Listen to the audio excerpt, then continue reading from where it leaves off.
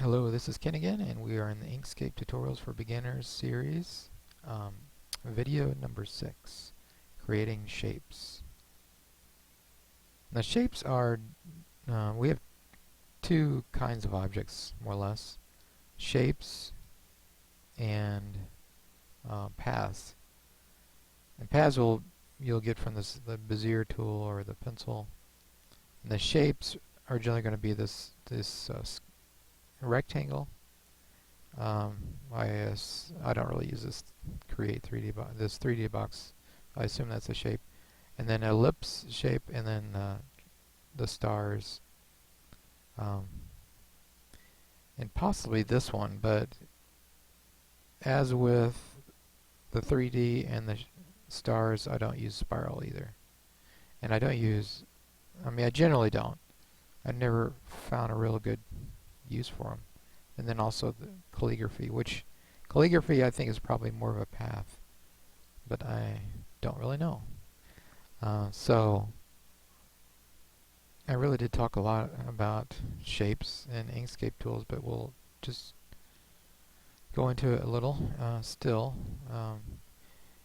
You basically create a rectangle by clicking down with your left button. Well, first you have to select it. Okay, so you select it, and then you click down with your left button, and then you drag to the lower right hand corner. Well, you can do the same thing if you go upper right hand corner and go down to the left. Okay, and you can do the same. You can do it really from any corner to the opposite diagonal corner. And then you'll see that when it's selected, it allows you to do something. You hit one of these corners, you look down at, as I hover over these arrows, look down below at here in this area where the notes are, and you can see it'll tell you exactly what it'll do if you use it. Like this is a scale, and this is a squeeze or stretch, and it tells you the percents. If you click this again, it allows you to, again, I'm hovering over here, it says rotate, and hovering over this, skew. And basically these are the same all around. So you can rotate it, you can hold your control key down, and you look again at the notes at the bottom. See how many degrees I'm going? Almost 90, there 90. Okay. Okay, so also note that whenever one of these shapes is selected, up here in the tool controls bar, I guess they call it, is entries that you can affect the shape of the rectangle with. See that? And if you look over here and hover over each one of these, it basically shows you what these items do. For example, okay, this one says scaling objects, scale the stroke width by the same proportion. So right now it's selected, and when you scale this, as you notice, look at the stroke, see the thickness of the line? It gets thicker as you get, or thinner as you get smaller. However, if you click this, you'll see that the stroke stays the same.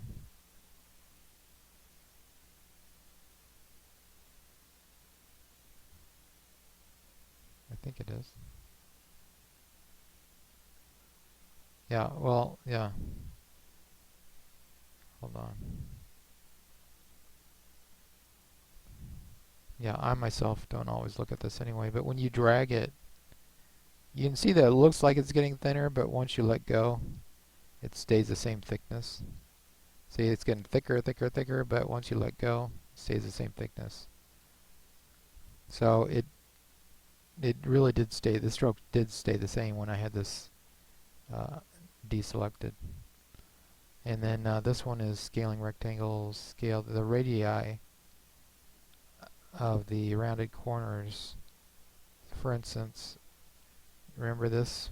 Well, I don't know. I've talked about this in a different video. This Inkscape tools. You can curve the corners,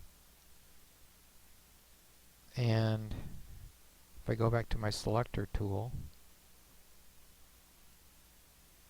and I go back, it says when scaling rectangles, scale the radii of the rounded corners. So as I go smaller and smaller, the radii reduces. Or now actually, right now it's actually set for staying the same. But if I click on this, it will be scaled. So if I duplicate this, and then I scale it, scale the one that was duplicated, then I go down here, you can see that the radii of that corner curve is quite a bit bigger. Also, with using this rectangle tool or the circle tool, the rectangle tool, when you hold your control key on your keyboard down, as you make a rectangle, it'll be a square. Of course, I need to go back here and actually, I had this isn't really a full square because the corners are curved, but you can actually get this into a full square by going up here and clicking that right there. So now we do have a square. And you notice that when I make the rectangle and start from the upper right hand or left hand corner, hold my control key down, it starts right from that corner. But another way you can do this is if you hit shift, it will start from the center. Now this is just making a rectangle. See that? But it started from the center. I do another one and hold the shift key down. It started from the center. The rectangle started from the center.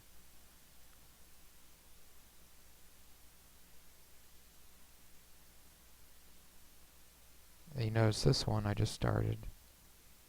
I have the shift and control key down, and I'm making my square. You notice that if I hit the control key or hold the control key down, I can either make a square or I can move it over a little, pop it over, and it's like a 2 by 1, or even further a 3 by 1, etc. Okay. Also playing around with the corners, you can make a rectangle, and you can move these, but you can also play around with these horizontal radius of the rounded corner or the vertical radius of the rounded corner. So watch when I move these. So see it move.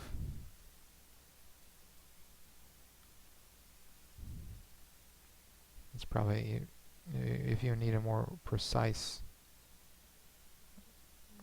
corner that you want. Another thing is that whenever you are playing with something, there's always a possibility that the control button or the shift button might do something. Like this, if I hold the control button down and click on this handle, it will make both of them the same. See how that worked? And also if I hold down the shift, it'll make it into straight corners. Okay. Of course, whenever you're drawing one of these shapes, you might want to change the color sometimes, or the stroke, or even put a pattern inside. One way you can do it is just opening up the fill and stroke window by clicking anywhere in here. It opens up this fill and stroke window, and if you click on the fill, it will open up directly to the fill. If you click on the stroke, it will open up the stroke. So I can put a fill in there, and then you can use each one of these. This is probably the easiest to use. You just can turn this to whatever color you're wanting, and then pick something within that color. You can also put a gradient in there, then play around with your gradient how you would like it to be.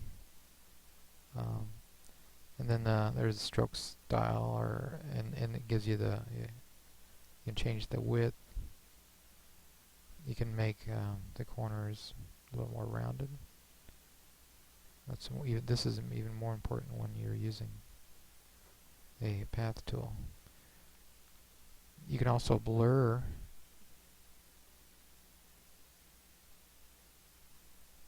or even make it a little more transparent. As you see,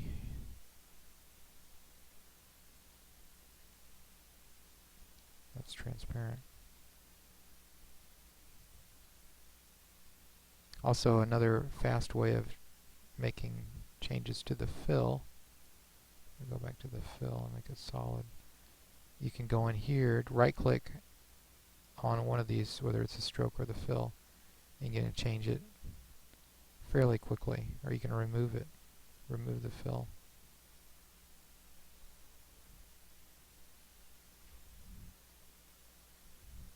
Okay, so you can also change the thickness of the stroke by right-clicking on here and going up into one of these options. It just makes it can make it faster. This right here gives you the opacity. Remember when I made it more transparent? Now it's not transparent whatsoever. As you see, let's put something in there. As you see now here, to get colors in here, inside the fill, you can go down to one of these colors and just click on it, whatever fill. Now to change the stroke, you can hit Shift key down on your keyboard and then hit one of the colors. Let's see, it changes.